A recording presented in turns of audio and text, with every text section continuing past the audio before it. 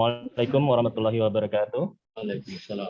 Kultum Ramadan Kantor Kementerian Agama Kabupaten Gunung Kidul pada hari Senin, tanggal 4 April 2022 akan segera kita mulai.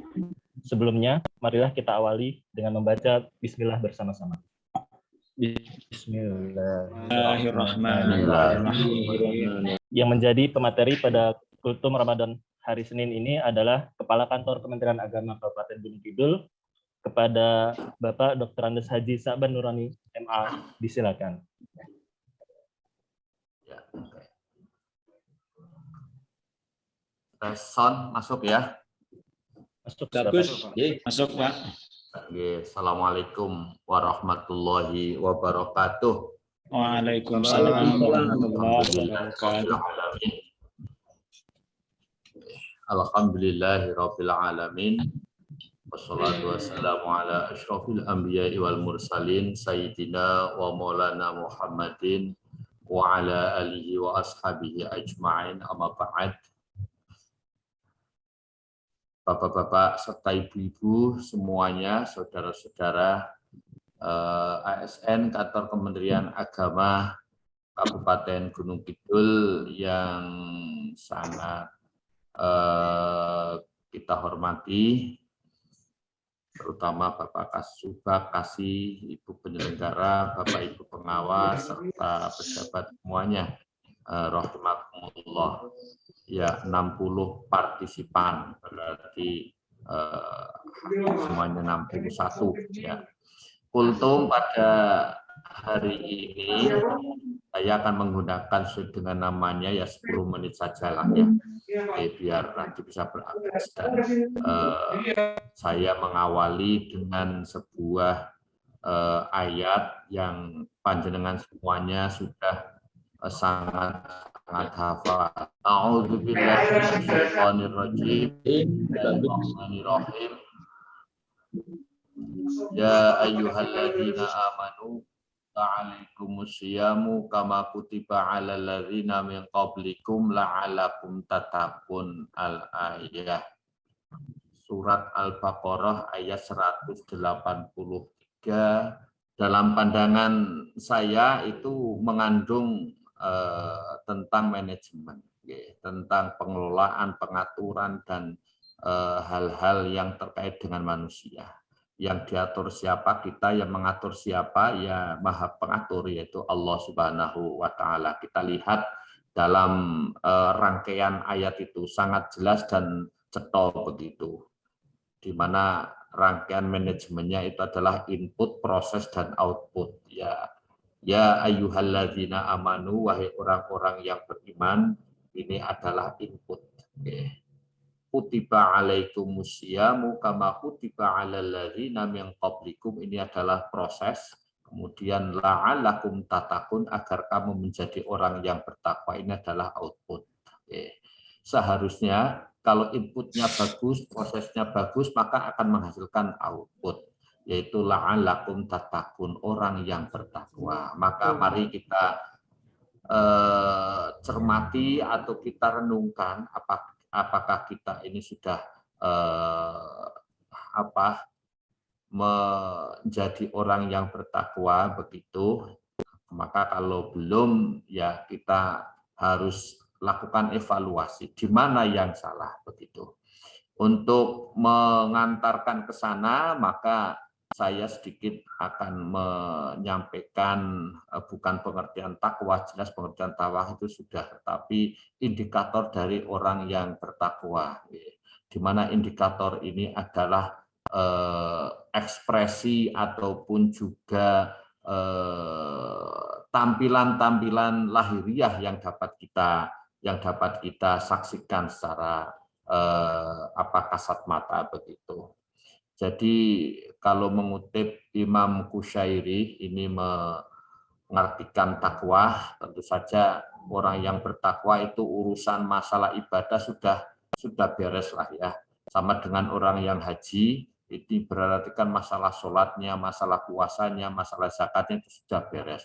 Orang yang bertakwa untuk urusan ibadah itu sudah beres. Kemudian yang menjadi persoalan adalah buah dari ibadah itu.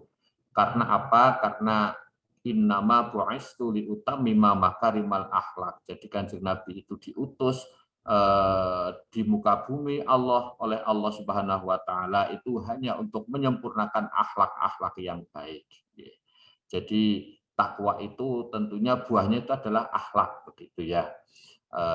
Kalau masalah ibadah itu tidak perlu ditampilkan gitu ya, tapi bisa dirasakan. Jadi kembali lagi ke politik garam dan politik ginju. Jadi sebetulnya ibadah itu ya itu urusan kita dengan Sang Maha Pencipta begitu.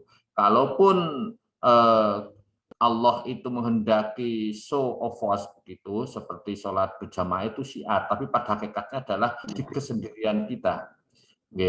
Itu karena memang Islam ini sekaligus ya agama syiar dan agama personal begitu ya. Tapi saya akan memandang ini bahwa pada akhirnya apapun yang kita lakukan, baik ibadah secara jamaah atau ibadah secara pribadi, ini pada akhirnya harus menghasilkan perilaku orang yang bertakwa. Jadi kembali lagi Imam Busyari mengatakan bahwa orang yang bertakwa itu harus tawadhu. Diambil kata-kata takwa, huruf pertama itu tawadhu. Tawadhu artinya ya rendah hati. Rendah hati, lembah manah begitu ya. Lawan dari tawadhu adalah takabur. Takabur itu ya tinggi hati, gumedi begitu. Batrul haq wa ghamdun nas. Jadi menolak kebenaran, menyepelekan manusia. Orang yang tawadhu itu mau makan telur. Kemarin mau makan telur ayam begitu. Walaupun keluarnya di tempat yang sama dengan tai ayam begitu ya.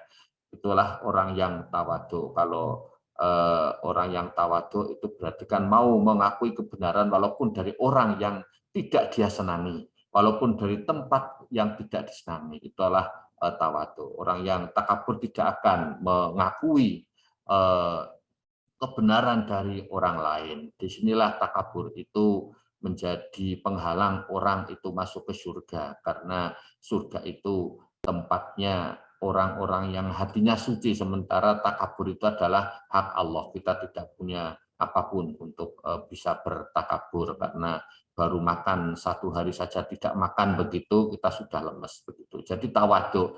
Kemudian yang kedua adalah qof, yaitu qanaah.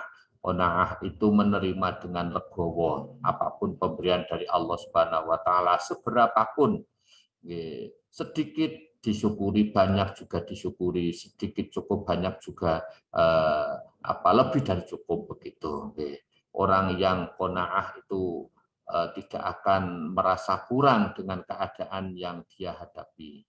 Lawan dari qanaah itu adalah serakah. Jadi serakah itu seperti monyet begitu ya. Sedang mulut mengunyah, tangan kanan memegang, tangan kiri memegang, bahkan kemudian sampai kaki memegang begitu, maka pada akhirnya akan jatuh begitu. Jadi orang yang serakah, yakinlah nanti dia akan jatuh pada lubang karena kelakuannya sendiri begitu. Ya, itu qanaah. Maka orang yang bertakwa itu harus ya qanaah begitu, menerima ing pandum dalam bahasa Jawa. Huruf yang ketiga sebagai indikator orang yang bertakwa itu adalah wawu. Wawu itu warok. Warok itu hati-hati. Kita berjalan di jalan yang penuh duri, di jalan yang penuh tikungan, di jalan yang naik turun. Kalau tidak hati-hati maka kita akan jatuh ke jurang atau terjatuh di lubang. Maka kita harus hati-hati begitu. Umar bin Khattab pernah ditanya bagaimana gambaran orang yang bertakwa. Dia itu kemudian menggambarkan bahwa di malam hari kita itu disuruh jalan, sementara di jalan itu banyak duri. Apa yang dilakukan? Wahai sahabat saya, kata Sayyidina Umar bin Khattab, ya harus hati-hati. Itulah tanda orang yang bertakwa. Kita itu harus hati-hati, waspada, curiga memang perlu. Waspada itu memang perlu, tapi kecurigaan yang berlebihan itu nanti akan mengakibatkan kita susah. Maka kewaspadaan inilah yang dimaksud dengan hati-hati, warok begitu. Tapi sebetulnya warok di sini ini adalah kaitannya dengan masalah kita mengkonsumsi halal dan haram. apa yang kita konsumsi, apakah memang betul-betul makanan halal atau haram. Disinilah kemudian kita diminta untuk warok, jadi hati-hati. Yang syubhat kita tinggalkan, begitu. Apalagi yang haram, begitulah ya. Maka disinilah WBK ini menjadi penting kita mempunyai sikap warok ini. Yang terakhir takwa, ta'awafu, kemudian ya ini kalau dulu kita ngaji ini alif bengkong begitu ya, tapi adalah maksudnya ya itu yakin ya. Orang yang puasa itu akan menghasilkan perilaku yang yakin terhadap apa, yakin terhadap apa yang dia lakukan, yakin terhadap Allah Subhanahu wa Ta'ala. Karena apa? Karena ya puasa itu sendiri, di mana kita sangat yakin bahwa Allah itu melihat kita. Kalau kita tidak yakin, maka kita tidak akan mampu berpuasa. Bagaimana tidak? Karena kalau kita yakinnya hanya dilihat oleh manusia, itu sangat mudah dibohongi. Kita makan kenyang, minum kenyang begitu, kemudian keluar dari warung, etok-etok lemes, manusia kan tidak ada yang mencurigai, tetapi Allah Maha melihat. Keyakinan atas kehadiran Allah Subhanahu wa Ta'ala di setiap saat, di setiap tempat, dalam kondisi apapun, inilah yang memunculkan keyakinan. Jadi orang yang bertakwa itu harus mempunyai keyakinan yang kuat. Apakah, pertanyaannya, selama ini kita sudah menjadi orang yang tawaduk, orang yang qanaah, orang yang warok, atau orang yang punya keyakinan yang kuat? Nah, kalau belum, maka pertanyaannya jangan-jangan kita itu inputnya itu saja keimanan kita itu belum. Kemudian ketika keimanan kita itu sudah kuat, diproses melalui puasa dengan segala syarat rukun, kemudian yang membatalkan kita hindari, yang rukun kita laksanakan, jangan-jangan ada permasalahan di sana. Jadi permasalahan yang timbul ketika seorang mukmin itu diproses oleh Allah melalui puasa selama 1 bulan, itu harusnya kemudian menjadi pribadi yang takwa. Kalau belum, maka mari kita muhasabah diri sendiri. Kita yakin iman kita sudah kuat. Jangan-jangan pada proses inilah yang kita ini masih belum memenuhi apa yang diminta oleh Allah Subhanahu wa Ta'ala. Jadi orang yang puasa itu kan keutamanya itu ada 3, menyegerakan buka, mengakhirkan sahur. Kemudian yang ketiga ini meninggalkan perkataan yang jelek-jelek. Ini yang ketiga. Saya kemarin baru saja membaca kitab kecil begitu, takrib, itu ternyata memang ada 3 itu. Jadi mengakhirkan sahur, menyegerakan puasa. Itu mudah. Yang ketiga ini yang agak sulit.